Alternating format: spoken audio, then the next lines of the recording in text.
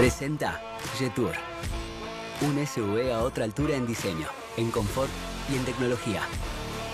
Ingresá en jetour.com.uy y conocelos. Jetour. Drive your future.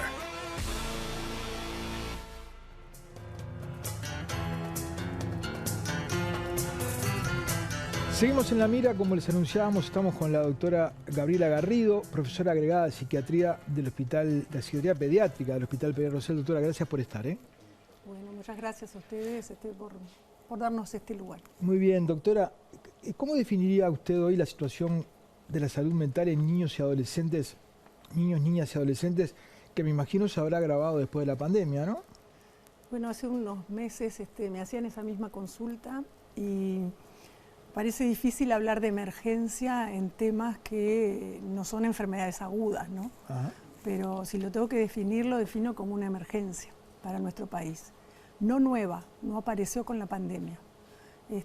Estaba ya dentro de los principales problemas que la Estrategia Nacional de Infancia y Adolescencia en el 2008 establecía como los principales problemas de salud de la infancia en nuestro país. O sea, la salud mental, las dificultades de los aprendizajes, la conducta y todo lo que tiene que ver con el consumo de sustancias estaba ubicado junto con la violencia dentro de las problemáticas centrales de la infancia. Entonces ustedes ven que transcurrieron muchos años y en ese interín tuvimos la pandemia. O sea que la foto de hoy, sin duda, es más complicada. Eso que usted define como una emergencia, que me imagino que lo dice en el sentido de la urgencia del problema, ¿a qué se debe? O sea, ¿cuáles son las características de esa urgencia? ¿Está muy extendida? ¿Es muy profunda? Bueno, el tema de la salud mental, a diferencia, ¿no?, de otros problemas de salud, no tenemos una causa única. O sea, no tenemos un agente o un microorganismo que genere el problema. Entonces, hablamos de multicausalidad y de muchas dimensiones en juego. O sea, no podemos encontrar una causa única. Entonces, acá hay, por supuesto, la predisposición individual de los sujetos. Un elemento clave es la red familiar.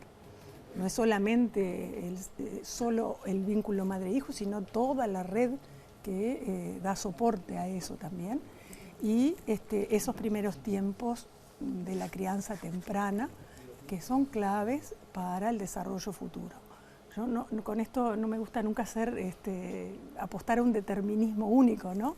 O sea, lo que se jugó a los 3 años está todo jugado para nada en el desarrollo del ser humano. Siempre hay oportunidad de nuevas experiencias, pero también es cierto que hay cosas que impactan más si se viven en determinado momento que en otro con menos recursos. La ventana de oportunidad se va acortando, claro, se va cerrando. Hay menor plasticidad de cambio, ¿verdad?, para el cambio y transformación. Entonces, tenemos distintos fenómenos que hoy sabemos son factores que impactan en la salud mental. Todo lo que tiene que ver con la violencia hacia las infancias y adolescencias es un factor muy importante en nuestro país. Tenemos informes de un sistema que ya viene funcionando desde el 2007, ¿verdad? Entonces, esto que viene creciendo está asociado a nuestros problemas emergentes, ¿sí? Tú me decías, bueno, ¿por qué es tan importante o por qué es una emergencia?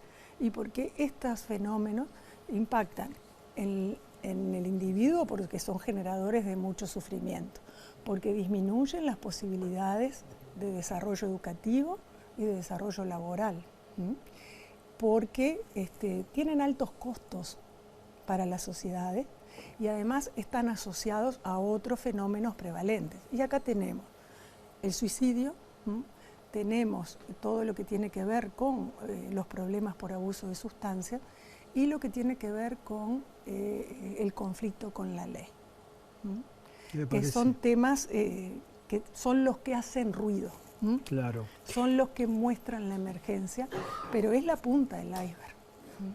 Por eso un poco nuestro foco apunta a mirar las cosas estas en forma integral.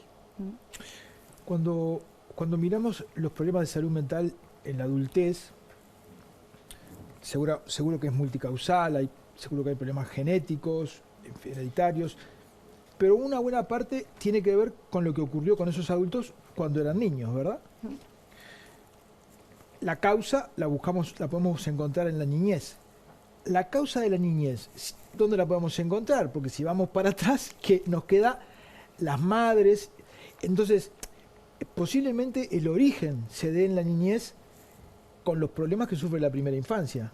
Uno podría pensar que el problema de un adulto, de algunos adultos, con su salud mental, tiene un origen en una primera infancia con deprivaciones.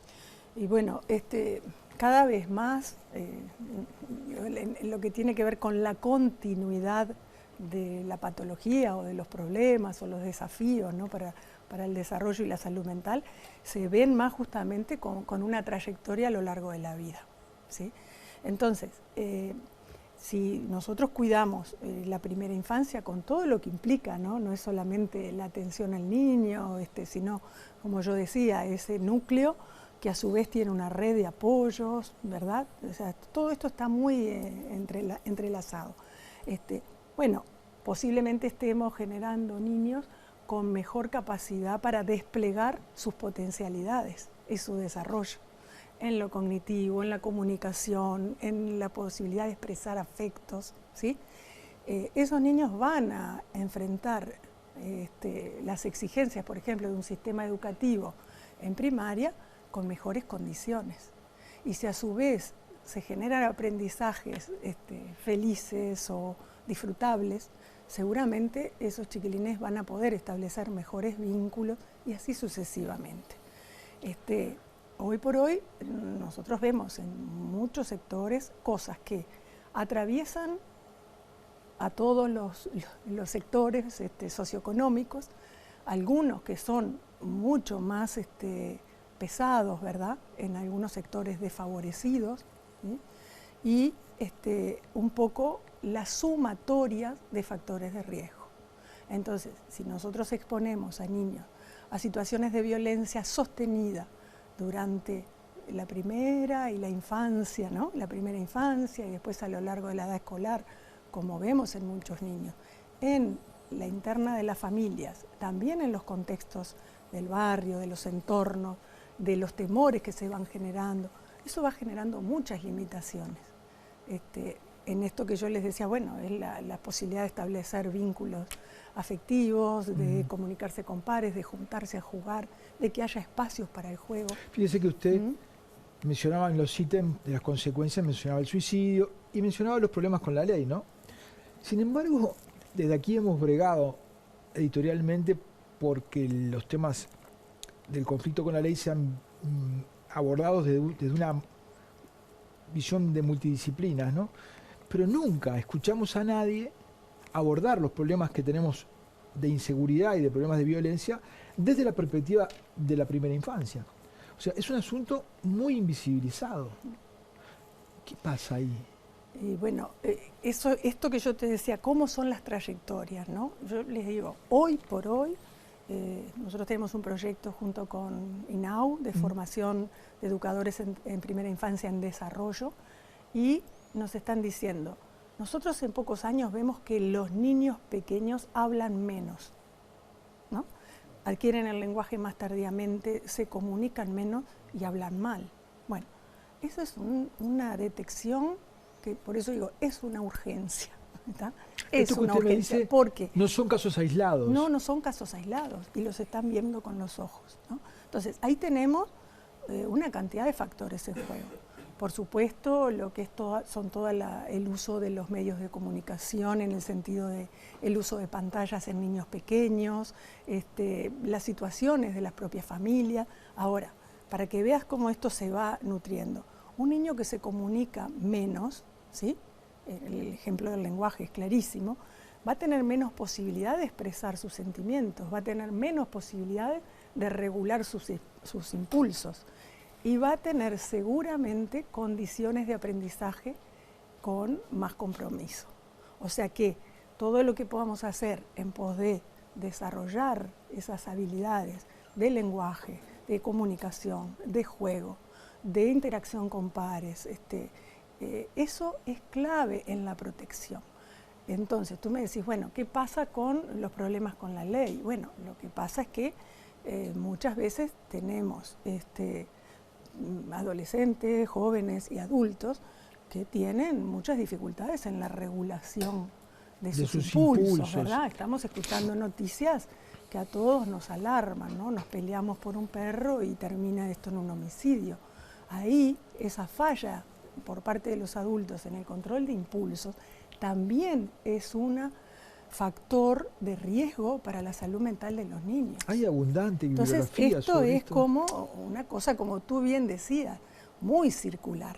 Entonces, ¿dónde actuamos? Ponemos un corte, actuamos a partir de los 18, a partir de los 14, o miramos esto de una forma más integral. Cuando se hace una placita en un barrio, bueno, esa placita es un factor de protección para el barrio.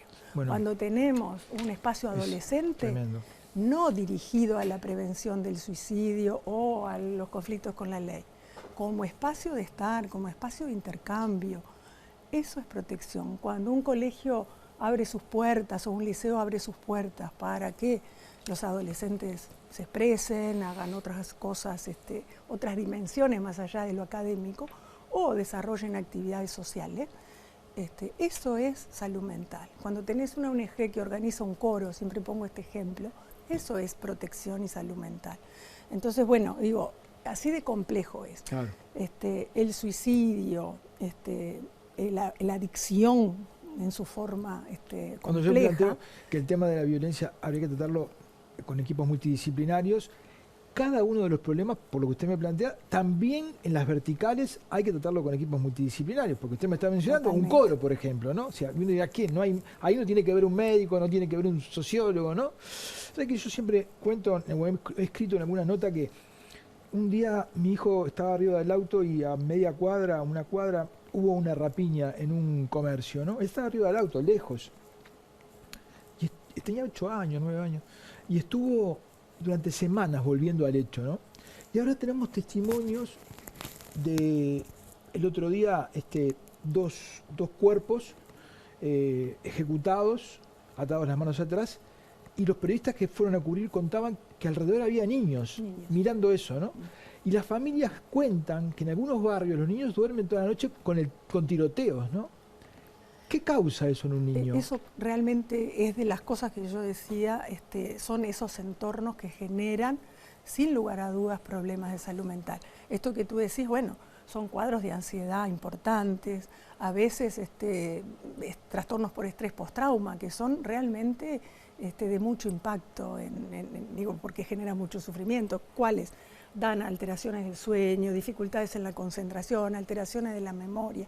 Y cuando esto no es un episodio solo, sino que es la vida cotidiana, constante. Nosotros estamos acostumbrados a escuchar que los niños, la historia, que vienen por un motivo X, y aparece, bueno, porque hace 2 semanas a un amigo, al amigo de mi hermano lo mataron, o tal otro se suicidó, o sea, todas esas cosas son violencia. O sea, cuando la persona, y sobre todo los niños, y cuanto más pequeños más, son testigos de violencia, esas son fenómenos considerados dentro del maltrato infantil. Lo mismo que cuando tenemos niños en familias con violencia doméstica. Nosotros hace poquito presentamos un trabajo que es parte de un proyecto más amplio que hicimos con la Facultad de Enfermería también, buscando la asociación de violencia de género y violencia de generaciones. Y en realidad esto es muy alto, ¿sí? O sea, niños que viven en familias con violencia de género, y esto atraviesa, y sabemos todos, distintos medios socioeconómicos, con matices diferentes, son niños que están en situación de maltrato. Yo no quiero totalmente centrarme en la violencia como único factor. Uh-huh. Pero muchas de estas cosas se encadenan, ¿no? También las modalidades de comunicación que tenemos, ¿no? Lo vertiginoso de todo. Todos corremos, todos estamos, Doctora, digamos, si la saco, digamos, porque estamos hablando de situaciones que se generan normalmente en determinados ambientes, en determinados barrios, ¿no? Cuando hablamos de los niños de otros barrios, de la sociedad más integrada, donde supuestamente la familia tiene una familia más tradicional y más un cierto contexto y contención familiar, donde los padres tienen la posibilidad de detectar determinados problemas y acudir a un profesional, ahí los problemas de salud mental, ¿por qué se dan? Bueno, por eso yo te decía, hay cosas que atraviesan todo, ¿no? Y por ejemplo, la ansiedad, la depresión, son fenómenos que en la niñez fueron tardíamente reconocidos, ¿no? Yo estoy hablando que en los años 70 recién se acepta y se incluye la depresión como un diagnóstico en la infancia, ¿tá? Nosotros, a través de un estudio epidemiológico que hizo la clínica en el 2006, sabemos que tanto la depresión como la ansiedad son fenómenos de alta prevalencia en los escolares en nuestro país, ¿tá? Y esto atraviesa todos los medios económicos, ¿sí? Entonces, por supuesto tenemos que buscar otros factores. Hoy por hoy, ustedes decían, bueno, la salud mental es un dolor de cabeza, y es un dolor de cabeza, por ejemplo, para acceder a la atención. Y esto pasa ahí vamos a entrar, en ámbitos públicos y pasa en otros ámbitos. ¿Por qué? Porque la demanda es alta. Adolescentes que plantean situaciones de soledad en distintos medios, adolescentes que plantean o niños que plantean agendas de formación y de actividades que son muy estresantes, el uso de la tecnología no tiene barreras. Cuando los padres creen que están haciendo un bien cuando le ponen idioma, gimnasia, psicóloga, otro y otra cosa, y otra cosa, y otra cosa, están llenos de actividades. Sí, eso es un problema, aunque uno piense que le está destinando... A veces los niños, digo, que uno ve, bueno, tienen tal dificultad, necesitan tales apoyos, y ellos dicen, bueno, pero lo que pasa es que no me quedan horas para jugar. Eso hay que escucharlo. Y qué importante jugar, ¿no? Eso ¿no? hay que escucharlo. Es jugar, escuchar cuentos, poder disfrutar de un juego de mesa con otros, del encuentro con pares, de salir a jugar a la placita. Parecen cosas tan obvias, tan, ¿no?, simples. Tan simples, tan de bajo costo. Sí. Y hay muchos niños que, ya sea por el exceso de ofertas, ¿no?, de estímulos, o en la deprivación, no tienen acceso a eso fácilmente. La ausencia y la abundancia. Doctora, cuando los niños sufren todas esas situaciones que sufren y los padres no la detectan, o la detectan pero sus condiciones sociales no le permiten atenderlo, ¿ese sufrimiento puede ser una de las causas del suicidio adolescente? Bueno, porque yo sé que es muy difícil identificar las razones de un suicida, ¿verdad? Pero ¿puede esos fenómenos contribuir? Suman. Ojo, las alertas, ¿no?, frente a una conducta del espectro suicida, que no siempre es el intento de autoeliminación, sí, o más allá del suicidio, sí, se presentan de distintas formas según las edades, ¿no? En un niño pequeño tenemos que estar atentos a que pierda el placer de jugar, por ejemplo, o que esté demasiado quieto, un niño que antes era activo, o que deje de comer, ¿verdad? O sea, los cambios siempre nos tienen que alertar. De repente en un escolar tenemos que estar atentos a que un niño venía rindiendo de una manera y hay un quiebre y sus rendimientos bajan, ¿no? Cualquier cambio abrupto en su vida... Cualquier cambio que podamos observar ¿eso puede ser, merece, digamos, consecuencia de la depresión? Y pueden ser elementos depresivos vinculados a él mismo o vinculados también a situaciones de la vida cotidiana. ¿Y cómo se manifiesta la ansiedad en los niños? Bueno, la ansiedad, que ojo, nosotros separamos, tenemos como esa tendencia a separar los problemas para poderlos, claro, ordenar, explicar, no sí, para sí, entender, para ordenar. Claro, entonces separamos mucho la ansiedad de la depresión. Sí, bueno, sí. Pero ¿cómo podemos ver la ansiedad? Por ejemplo, las alteraciones en las conductas de sueño, la manifestación de miedos, las dificultades para separarse de las figuras de referencia, el poder adaptarse a las exigencias del centro educativo, a permanecer, a ir a un cumpleaños infantil y quedarse solito. Digo, todas esas son formas de expresión de la ansiedad. Más adelante y en los más grandes tenemos otras, ¿no? La ansiedad para enfrentar situaciones sociales o, por ejemplo, las crisis de angustia intensas o lo que se suele llamar las crisis de pánico y diferentes formas de ansiedad. Y el sistema, doctora, ¿cuáles son los problemas? Usted me hablaba el otro día de que hay una concentración de médicos en Montevideo y carencia en el interior. Ese es un problema. Ese es un problema. Pero aún, a pesar de que tenemos, Argentina tiene 21, yo mencionaba, 21 psiquiatras cada 1000 habitantes. Uruguay tiene 14 y está en segundo lugar. El país que le sigue, el tercer lugar, es Cuba, tiene 9. Brasil tiene 3. Bolivia 1. 14 tenemos. Estamos al tope de América. Pero uno va a sacar hora y le dan para dentro de 3 meses. Bueno, yo vuelvo a una cosa que tú dijiste que me parece fundamental y que esto no es tema solo del especialista o del psiquiatra. Obvio que es un tema inherente a las disciplinas nuestras, pero el trabajo de la salud mental es el equipo. O sea, la unidad funcional para abordar todo esto es el equipo de salud mental.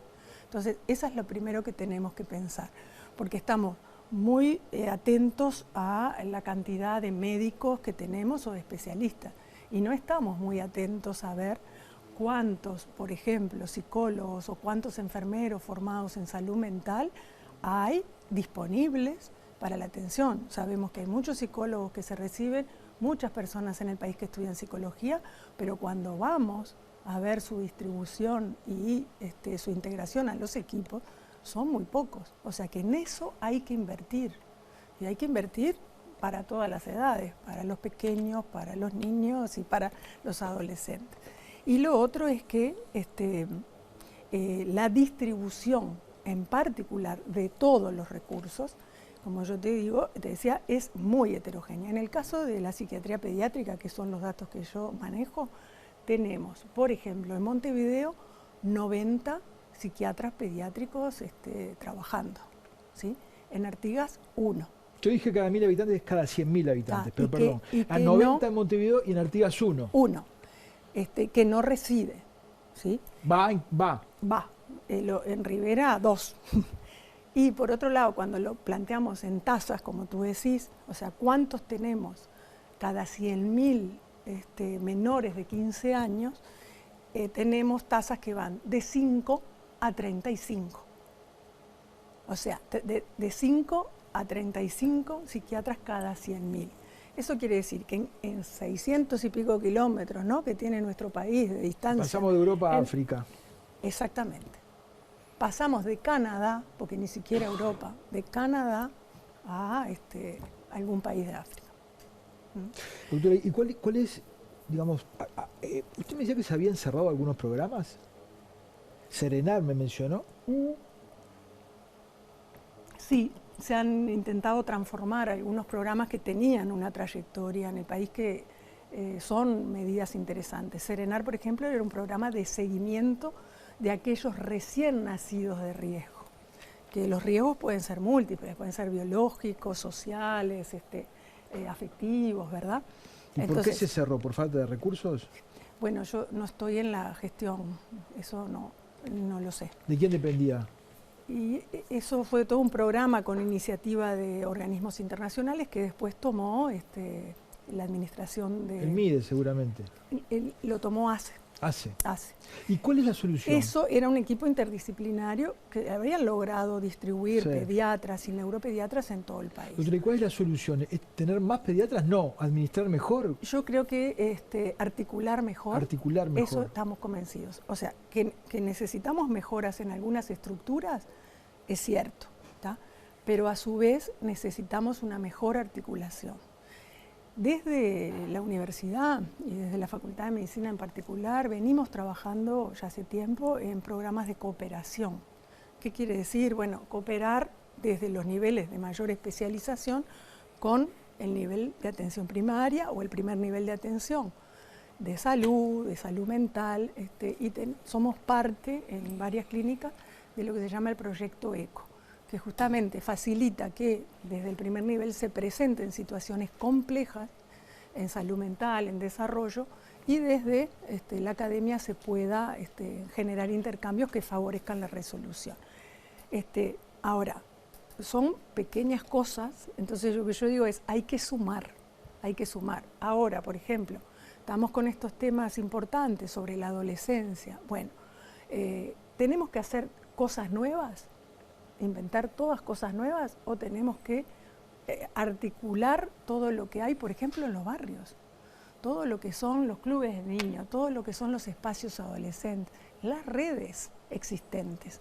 Hay muchos barrios en Montevideo y en el interior todavía hay mucha riqueza en ese ensamblado de redes que tenemos que aprovecharlas y ver cómo eso se les da respuesta y a su vez ellos hacen toda esa tarea más amplia de salud mental.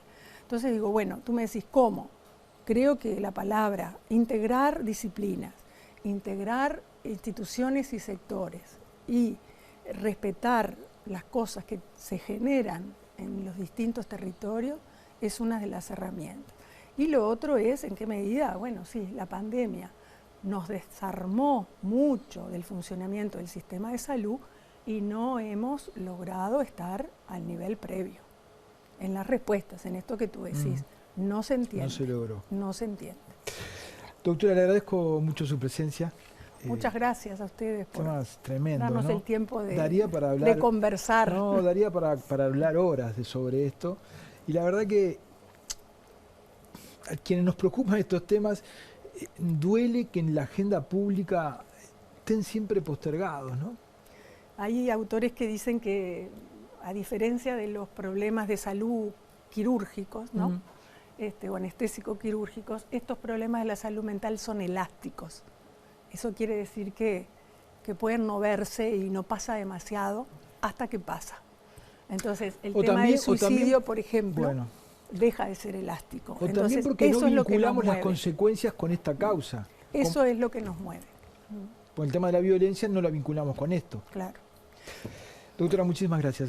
A ustedes, y bueno, a veces no somos tan buenos para difundir los temas, pero quedamos a las órdenes. Bueno, muy bien. Vamos a una tanda y ya volvemos.